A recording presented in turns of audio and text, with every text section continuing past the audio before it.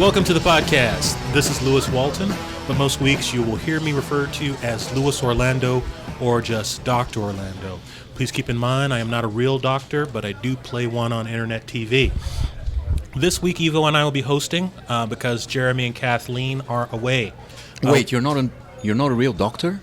Shh. Are you freaking kidding me? Next thing you're going to say, Dr. J is not a real doctor. Well, you know, I'm not going to make any claims. Wait, why did I take my clothes off that one time when you asked me? Because you said you just remember that one time. Because he's a doctor of love. That's what it is. All right. We are joined this week by a couple of the smartest guys I know, friends of the show, Tyler Durden and Chris Magerkurth. Let's skip the jokes and get right into the show. Gentlemen, I have a question for you. What makes a great villain? When I thought of this question, I was thinking specifically about comic books and the glut of superhero movies that we have right now. But I realized that's silly. So whatever format you guys want to think about, and we'll end up talking about what makes a good villain, what makes a bad villain, and we'll talk about our favorite. So I sent out a questionnaire to each one of you guys before the show with my 6 categories of villains. Now, these may not be great categories, but they are my categories. So please, no talking shit on the categories until after we're done. And then you can. I want different categories to come up after that. But for just to kind of get things started, I wanted to talk about these 6 categories of villains. So I'm going to run through first and give a really brief the overview of the 6 categories that I came up with, and then I want to go through and just kind of talk about the different models that you guys or the different examples that you came up with, and see if we kind of agree.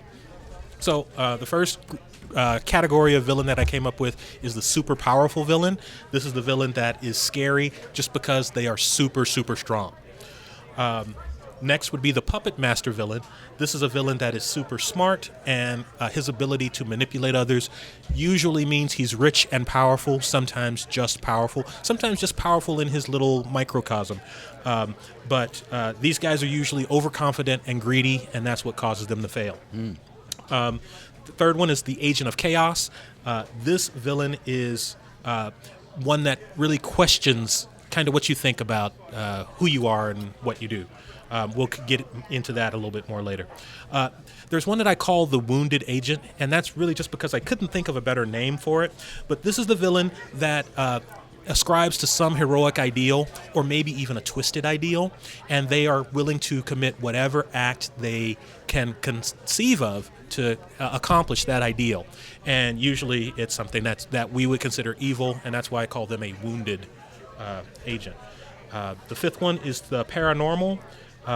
And this is an offshoot of that Agents of Chaos that I mentioned before. But these are characters who are, generally speaking, paranormal, and their paranormal, non-reality existence just kind of scares us.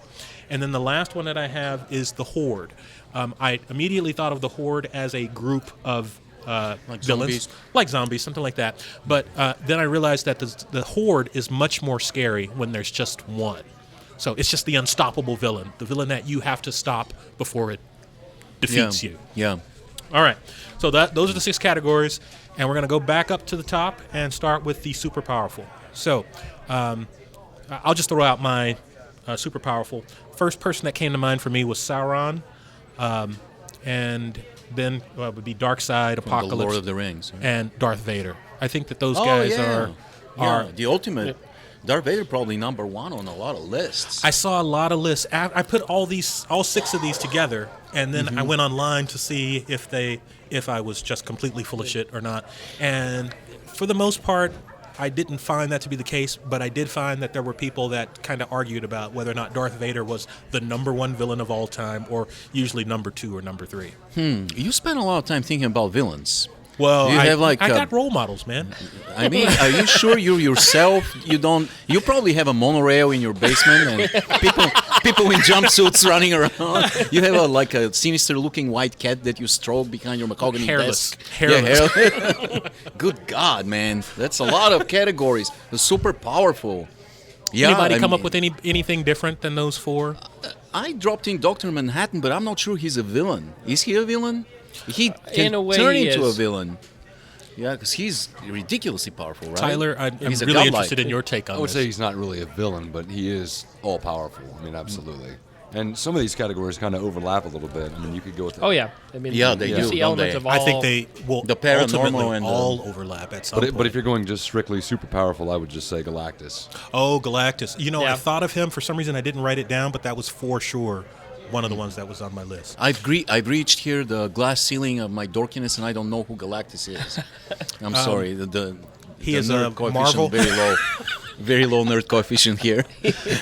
He is a Marvel villain, Marvel Comics, the Planet Eater. He destroys planets. Holy crap! He's the That's, world devourer. that's worse than Darth Vader. I mean, Yeah. Darth Vader needs that Death Star. This guy just eats planets. and he looks a lot better than that big turd-looking thing in that Star Trek episode. So Oh, yeah.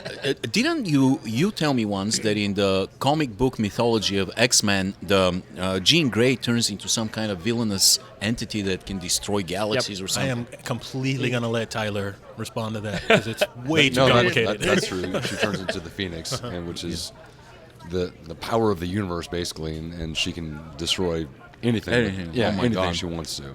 Wow. She can destroy reality itself if she really wanted to. Wow, that's amazing. That's- Apocalypse from X-Men. I just watched the X-Men Apocalypse, and that guy, man, that guy freaks He's me in there. out. Oh yeah. What Okay, were you thinking? I went full geek and picked Sephiroth from Final Fantasy VII. Oh, Who does the same kind of thing. He alters reality and brings a asteroid down onto the planet to destroy it. So you know, Yeah. and to be just 100% transparent with all you guys, I put all this together, and video game bad guys didn't enter my mind once while I was putting it together. However, as soon as I was done, as soon as I emailed it off to you guys, like I got flooded with all these super villains from video games that I should have included. To be transparent on my end, all I put down were Marvel comic book characters. 'Cause that's, I'm sorry, I have a few DC, but that's about it. Yeah. Most put down Nothing comic wrong books. with So that. I got a question about the super powerful villain. Is this seems to be a pretty popular villain? Like Evo and I were just saying, Darth Vader I would put in that category, and he is, according to the internet, a bunch of people's absolute favorite villain, or like I said, 2 or 3.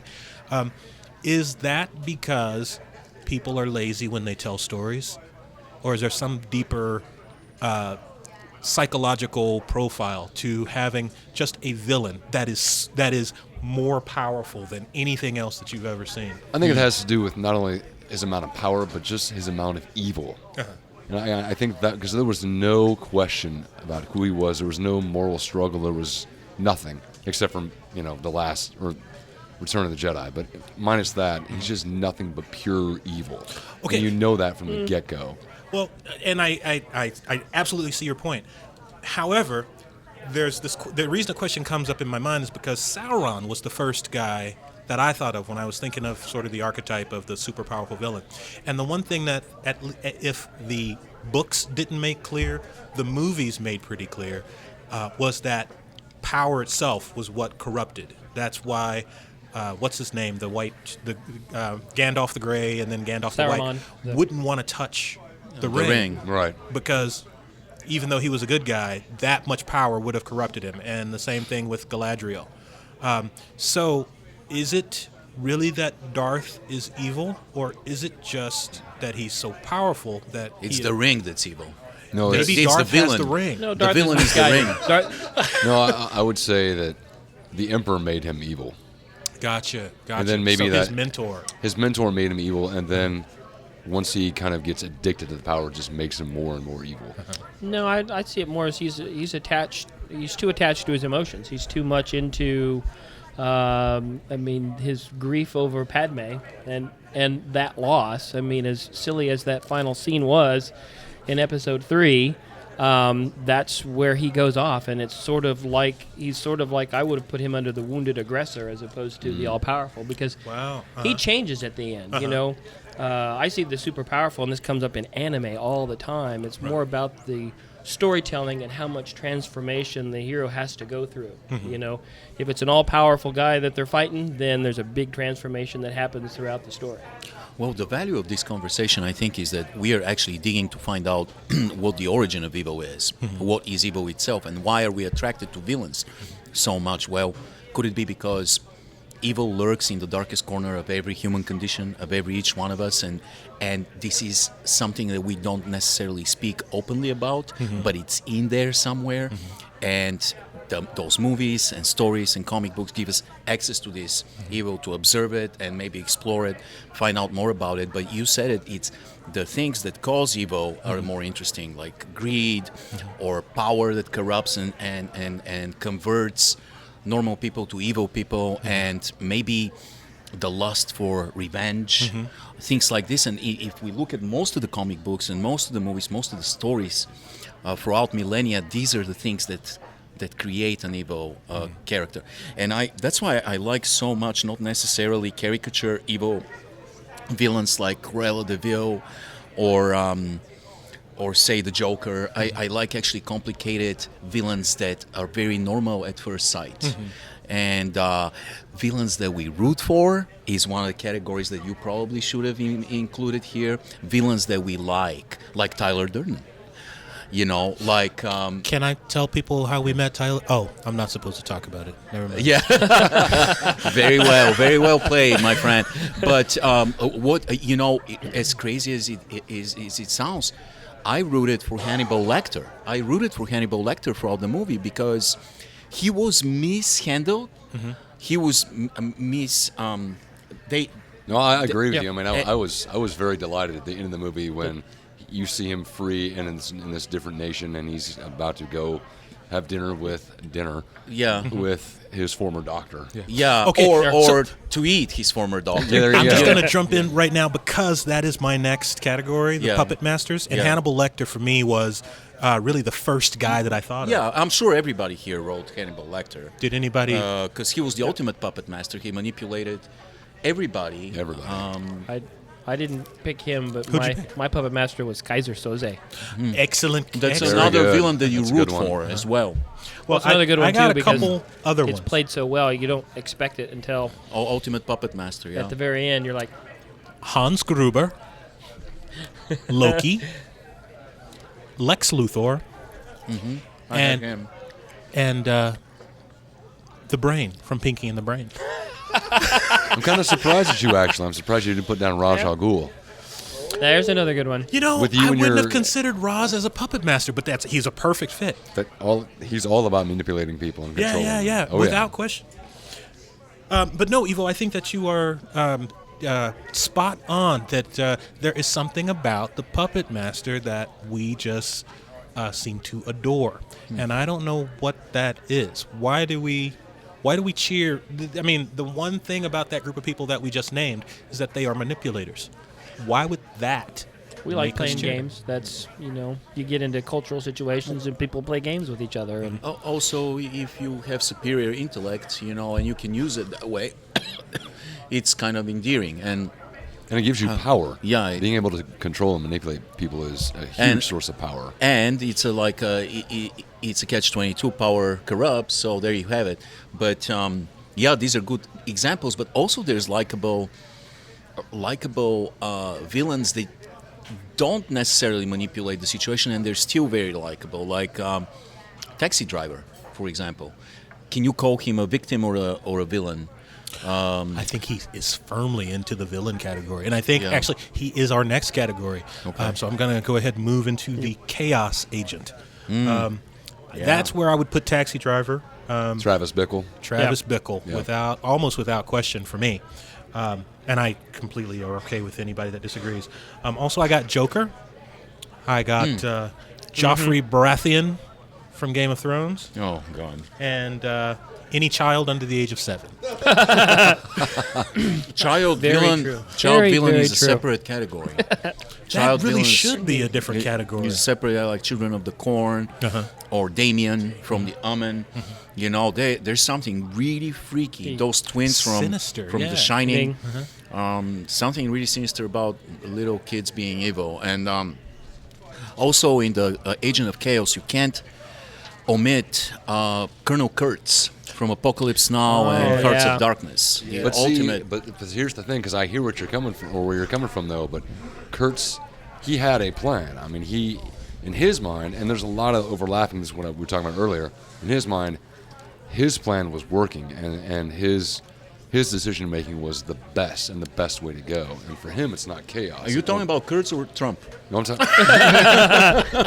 But aren't they one and the same? Yeah, pretty much. Pretty close. Isn't Kurtz a metaphor for war, for the madness of war, the inevitable madness that is triggered by the removal of all Morality, barriers, simply. morality Yeah. during war? That's You correct. know, it's a frightening character. It's frightening because it speaks to something really ancient and evil that's encoded into our DNA.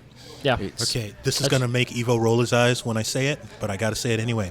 So the Agent of Chaos for me is the modern day incorporation, or the modern day Incarnation. incarnation. That's the word I'm looking for. The modern day incarnation of my absolute favorite topic, the trickster god. Oh, the trickster. That is exactly what the Chaos Agent does. When I say that they make you question your notion of reality, it is because there are no rules for the trickster agent / chaos agent, and so in a lot of ways they help the viewer to define what that line is, whether we're talking about sanity or insanity or good or evil. You can almost, find your line of demarcation in what the chaos agent does or what the trickster agent does. Yeah, this unhealthy obsession with trickster gods with Lewis dates back to his favorite writer Nick Gaiman, who wrote a book. Neil about, Gaiman, yes. Neil Gaiman, I'm sorry, who wrote a book about it. It was a good book, but one I is that? remember it. You read it several times. Yes. And then I read every piece of literature that I could find on like trickster gods, gods. And yeah. Is that American Gods? Then? American Gods Okay. is the first It's on my list to read. I haven't Oh gotten to yeah, that it one. is one of my hands down favorite books. My Chaos Agent was from literature too, and I picked the Crimson King from the Stephen King universe. Oh, very, very good. I mean, like him. he's sort of also a puppet master, but he's, when I think Chaos Agent, I don't really think the Trickster God, because I see the Trickster God as sort of having a plan as a part of the whole universe story. The Chaos Agent really just wants to screw things up, like the Joker. I think the Joker's quintessential, chaos villain. See, I think the Joker's modeled after Loki. I think the Joker is a modern day interpretation of the ancient Viking. I think Tales. Trickster God, I think more Native American, coyote, raven Yeah. type tricksters. Well, I'm way outside the box on this. Okay. I don't know if Let you me guys... guess. No. Pennywise from Nope. It? Nope. No? I don't know how many of you have ever watched the Upright Citizens Brigade. Oh, of course. Oh, yeah. So my chaos agent is the bucket of truth. The bucket of truth. Excellent. You're really I outside had forgotten about outside that. of the I mean, box. that's nothing but chaos. Yeah, I gotta give you props on that. You know That's who's just a perfect. outside the box villain? Kevin Spacey's character from Seven. Yes. No joke. That's No, did you get it? Outside the box. No, I What's completely- in the box? That completely went over my head. All right, let's go to the paranormal. Now, this one I think is going to be easy. Like I said, I call this one an offshoot of the Chaos Agent just because their nature defies reality, and therefore they appear to us to be evil. And I really just put any ghost or haunt or spook. Yeah. And I gave some examples. The Blair Witch, protagonist or antagonist, that thing from The Grudge, that thing from The Ring, The hotel from The Shining. the hotel from any of those really fit. Yeah. So that guy from the movie that you can't say his name more than 2 times. Beetlejuice. Yes. Let's say it again. Don't say it again. And don't do what was the one, the Candyman? Oh yes, Candyman. Candyman 7 times Yeah. or whatever. Yeah. That Slender Man one. I like paranormal villains. I like Yeah. them. I like them, although it is a little bit disconcerting or depressing that it seems to be the only way we get rid of the paranormal villains is to undo whatever made them paranormal, Unless it's Cabin in the Woods. or And then we're screwed. Amityville. Because remember, the house just got up and walked away True. at the end of Amityville. I would also like to see paranormal villains who they like being paranormal villains. They don't want to solve their own death or right the wrong that made them who they are. They're happy with it. I want to see something like that. 'Cause I just don't we know never of it. really Well, seen I think that. Beetlejuice is that. The He's about as close as you can get to that, probably. yeah. See, I get the impression that he's made peace with the fact that he's a ghost, but my notion, and maybe I'm not pulling this from the movie, maybe I just assumed it, that they all were, that whenever you're a ghost, even in that movie's universe, I'm trying not to say his name now, that you are a temporary ghost. Being a ghost is a temporary thing until either you fix whatever made you into a ghost, or you are judged as worthy of moving on to the next spot. And I could be completely, putting that on the movie. I just go by how he acts in the movie, and he just seems to be happy what he's doing. So Yeah, and you can't say Beetlejuice here either, because this is Conroy's. It might be a drink here. That's true. You never know.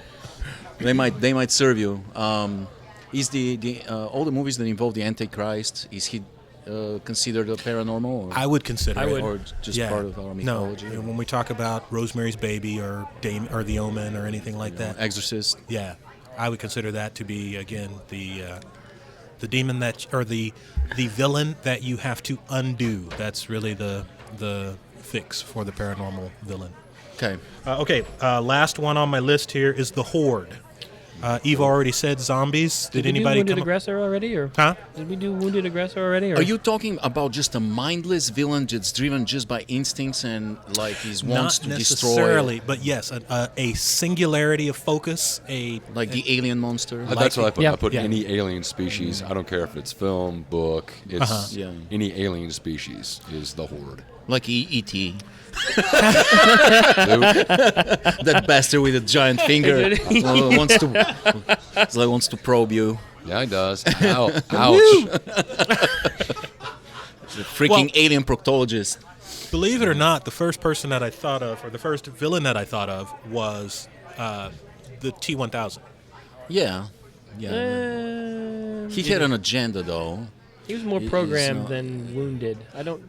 I'm sorry, I'm talking about The for the Horde. Horde. Yeah, Back to the Horde. yeah. Yeah, no, that's a good one. yeah. Did we? Maybe we did. Skip. I Oh think yeah, it- we completely skipped over the That's wounded okay. We agent. can keep on with the Horde. I was Yeah. just. Okay. Let's finish out the Horde. So I came up with zombies, of course. I think everybody probably did. The Terminators, the Reavers, That's the Birds, and the Blob. Yeah, That's I thought of good. the Blob. I also had the Krites from the movie Critters, Oh yeah. Uh-huh. early '80s horror movie. Gremlins. There you go. I wouldn't have Yeah, thought of that's- Gremlins, yeah, but that's a they're good one. perfect. Yeah. But honestly, it seems like the Horde, they all, no matter what you have, whether it's gremlins or alien species or zombies, what have you, their purpose is to see humanity somehow unify and defeat the Horde. That's their purpose. I agree. Yep. I agree. No, I think that is really the defining characteristic. Except there may not be anyone else to unify with. Like if you think about, like for instance, 28 Days Later, it was for 9/10 of the movie. It was that guy and the two other people in the movie against the zombies. Man, one thing I regret was I was not a script writer. One of the script writers on the next incarnation of the famous Romero movie, Night of the Living Dead. Night of the Living Dead, because there was a moment, there was a great missed opportunity in the movie. The guys, they rigged the bus to burst out of the mall, rigged the bus with like knives and guns shooting out of it, and the bus was just plowing through zombies. And at some point, they stopped the bus, and the people inside were ready, to fire it up again to start plowing through zombies. As the zombies were climbing all over the bus, and for some reason the driver was talking, not paying attention, and the main character screamed at him, "Start the bus! Start the bus!" And I'm like, motherfuckers, how can they miss this opportunity? Instead of start the bus, he should have said, "Start the Zomboni! The Zomboni!" Came up with the word Zomboni right there. There's never been a more appropriate time to use the word Zomboni. But anyway. Good categories. We could have probably more, like the Ligerfo villains.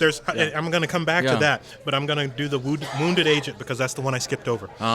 We've got, for that, I've got Magneto, I've got Sinestro, Yes. I've got Raskolnikov, Oh. I've got Nice. the Queen and Snow White, and Blofeld. So, those are the villains that you sympathize with because they suffered personal loss and tragedy, and almost had no choice but to turn towards the dark side Right. in their in their psyche and become villains. No, and I think that is the definition of for me. Like I said, I couldn't think of a better name than the wounded agent or wounded aggressor is It's a actually good. much I like better. the name. But I think that's it. I think that these are folks that have the propensity towards heroism, but something has happened that causes them to essentially become the opposite, or a cruel, twisted reflection of what they want to be. A good example of what you just mentioned right there would be Dr. Octopus. When Dr. he Octopus. took over Spider-Man's body, and he became superior Spider-Man, trying to outdo what Peter Parker did as Spider-Man. Oh, yeah. And yet ended up ruining him. Yeah, that's good. That's good. Almost all the so-called good guys in Sin City were wounded. Wounded. Yeah. Yeah, very much so. Yeah. For me, I thought of Tetsuo from Akira. You like anime. You do like anime. Akira, of course. Akira is a legendary anime movie for those of the listeners who don't know what it is. But it's a good category. I used to give names to my cars like a dork when I was in college, and I had a stupid Ford Tempo that I called the Great White Hope. It was a horrible car, and then I had this Chevy that on the first day when I bought it, I almost killed 2 old ladies on the street with it. I had bad brakes, and I named it immediately Raskolnikov. It made perfect sense. But you brought memories with your Raskolnikov. I have The murderer of 2 old ladies. Right. I have no idea who that is, unfortunately. From Crime and Punishment, the great Dostoevsky novel. And Raskolnikov is an interesting character because the punishment, really, there's no punishment, legal punishment. The punishment is inside of him, within him. And that's the ultimate punishment, where you actually end up visiting a cell inside of you for the rest of your life and trying to get out, and you were unable to. It just tears you apart forever and ever. He killed 2 old ladies, and then suffered the consequences internally.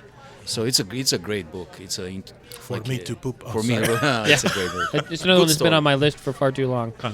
Okay, so those are the 6 that I came up with, and to be completely honest, I came up with the 7th. I wanted to see if anybody else here would come up with the 7th as they were going through the list, and of course, Evo immediately did. The villains that you like to root for. And my question was, are these guys actually villains? And of course, I am talking about the anti-hero. I'm talking about Batman. I'm talking about Punisher. I'm talking about The Taxi Dracula. Dracula. Wow. Yeah. These are guys that are adored. They are adored by millions. I don't root for. Do you root for Dracula? I would say Frankenstein would yeah. be better than Frank- Dracula. Okay, yeah, Frankenstein. Well, That's a good I mean, one. I know some ladies that are into Dracula, so that's, yeah. So, I mean, but these are folks that we admire, but by almost any technical definition of a villain, they fit. Yeah. So, I guess the first question is: are they villains? Should they be counted? Yeah, if they're doing bad, evil things, then you got to count them. One of the most incredible villains in the history of storytelling is very recent. It's Walter White. Yeah. You root for that guy. Yeah. Weirdly, every horrible thing he does. I mean, if you look analytically of the things he does, it's horrible, reprehensible. Yet you can't help it. Every episode, you want him to win. You want him to go on. You want him to come on top of the police. Yep. It's really bizarre. But And when you say "come on top of the police," I got a completely different. literally. No, I was thinking Tony Soprano. Like I had a list of all these Tony anti-heroes Soprano, yeah. that are heroes and modern really day pop Call culture. Batman a villain, though. Why not? I mean, he's a vigilante, so Doesn't that what he's technically doing make him a technically is villain? wrong. But he's a heroic villain. So Tyler, I mentioned Punisher. Tyler himself is a villain you root for from Fight Club. He's not a villain. No, You don't look at him as a I villain? don't think so. I would say that he is, and I was thinking about this earlier when we were talking about one of the other categories. He's just someone he has unbound freedom. He's not. He's not. he's just an antagonist, Dude, not a villain. He's He not one to- vandalized the Starbucks. Good for him. Yeah, all more power to him. All right. So we talked about anti-heroes, and in mentioning other groups that I might have missed in my group of 7, Evo has mentioned children villains. Yes. Is there anybody else or does anybody else on the panel have any ideas about other groups of villains? Villains, comedic villains that Oh, give make me you an example. laugh, like Austin Powers, Mr. Evil, or Doctor Evil, Dr. whatever Evil, yeah. his name was. You know, I'm sure I'm sure we can come up with a bunch. You know, I don't know if Lex Luthor necessarily fits this Not in the current incarnation. Of Yeah, the- but How about Lucy from Peanuts? Because she always takes that football away from Charlie Brown when he tries Yeah, to kick it. that bitch. that would work. That's a villain. That actually fits That's very well. Villainous bitch. I knew it. Or whomever Mr. Bean happens to be fighting against. Yes. All right. Or so Blackadder, that'd be another good one. Blackadder. Blackadder fits in so many of these categories, though. And I should mention, because I didn't point it out at the beginning, Loki actually fit in 2 of my categories. So Loki was a chaos agent and a puppet master, because Yep. that's what Loki does. Well, I think any good villain usually fits more than one category. More than one 'cause- category. Yeah. I'd agree.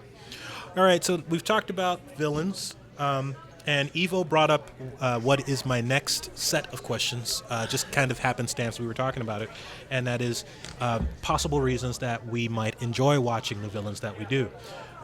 So I had a couple of reasons, and Evo actually touched on one. I'm going to just read the 3 that I have, and you guys talk about them or disagree with them all and propose something new. I thought maybe it's because we need to be able to hate something. We need to be able to pour our fury into something, and it's better and easier to do it with a fictional villain than your neighbor who keeps letting his dog poop in your lawn. Yeah. And however you want to say it, we get to fight our greatest fear by proxy, by watching these horror, or by looking at these villains and seeing something that we are afraid of, something that we don't necessarily know how to battle or defeat, or just causes us anxiety. And being able to watch, Superman defeat Lex Luthor, or Walter White defeat himself, is somehow reassuring to us. And then the last one, those were the 2 questions. Those are 2 possibilities that I had. What do you guys think? Does either one of those ring true? Well, yeah. First of all, that cathartic theory is correct, because you can't even have a story without a villain. Right. The hero needs he needs an antagonist, and so you need to have a villain in a story most of the time. Not always, but most of the time you need to have a villain to antagonize the hero. So that makes the storytelling easier. You're right. Cathartically, you want to kind of open the valve and pour all these negative emotions towards the evil person. But also, I mentioned this, that maybe deep down inside we are all evil. Sigmund Freud, according to Freud, we're all born evil, basically. And then by acquiring social skills and acquiring a super ego, it suppresses the it, and that's where the ego is born. It's right somewhere in the middle. But basically he's saying we are all evil, and then we have to suppress that evil in order to function in society. So maybe it's just the villain speaks to that evil inside of us. Then again, I'm starting to question whether we are not all evil just by looking how popular Trump is, and I'm not kidding. I mean, this is pretty much a Bondian villain and he's not hiding it. He's saying hateful, villainous things, and people are accepting it and cheering and going crazy. And by the way, I watched an incredible German movie just the other day. Incredible. It's called Look Who's Back. That is freaking brilliant commentary on society globally. And See, right there, I think you hit on a good point. I think Yeah. I don't think it's necessarily that we are evil and there's evil in us. I think we're evil because we question the society and the morals of a given society. That is what makes us evil. And so I would say there's something in all of us that makes us want to question the rules of society and the morality of society. Well, isn't the most powerful instinct is a survivor instinct? And You this mean is like the group? Survivor's a great band, but no, Survivor. But the instinct of survival goes against a lot of societal moral values. Oh yeah. Yeah. So that's what absolutely. I'm saying. It's like we're born with it. It's very powerful. It will force you to do unspeakable things if necessary, and It's just part of our nature. yeah, And it gets even worse when you get into big groups and you Yeah. you feel that anonymity of the crowd. And Yes. once the crowd starts kind of going, you start going with it. You're not Yeah. thinking anymore, and you'll do things that. And you feel safe to actually express it, where maybe before you Yeah. didn't. Yeah, once you kind of lose your identity in a big city or a big crowd, you really sharpen your elbows, and you know. Yeah, you either go with it or you say, "I got to get out of this." And, Yeah, it's a good point, Louis. I like this. Cool. but I also remember actors always like to say that when they play the villain, it's more fun than playing the hero because you can they say you can do so much other things that you don't normally get to do. Yeah, and Shakespeare, the greatest storyteller of them all, his most interesting characters are the villains, and he obviously is not hiding it in his stories. I mean, his villains are so much more textured and complicated and interesting than his heroes. I think they I really think that is the meat and bones of the story, so it makes sense. All right, I'm going to move on. What about, we talked about villains, and we've talked about some good examples of the different types of villains. What about bad villains? Are there villains that you can think of at the top of your mind that you didn't really connect with? Any villain in any Bond film who doesn't shoot him in the head right off the bat. Yeah, which is basically each one of them. I have a list. Yeah. Of just or I have three.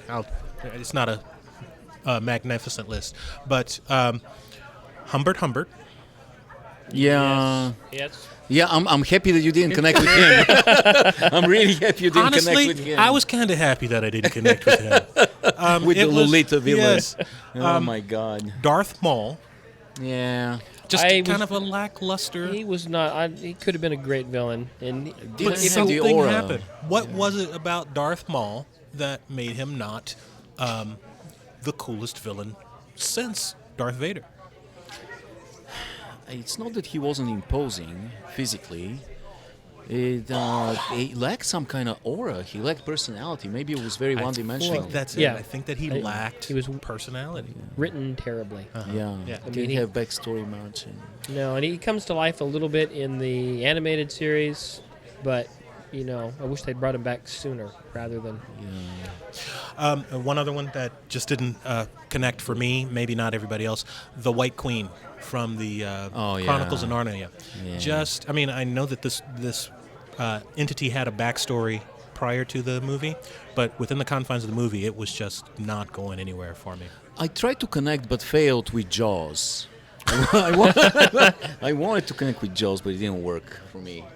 Very, very good. But yeah, there's some villains that just don't work. Yeah. I mean, and most of the time, you're not going to find it to be a coincidence that most of the time the movies themselves don't work Right. with these Yeah. villains. Yeah. So the movie relies so heavily on a well-built, good villain. All right, so I think this kind of draws us to the end of our discussion on villains.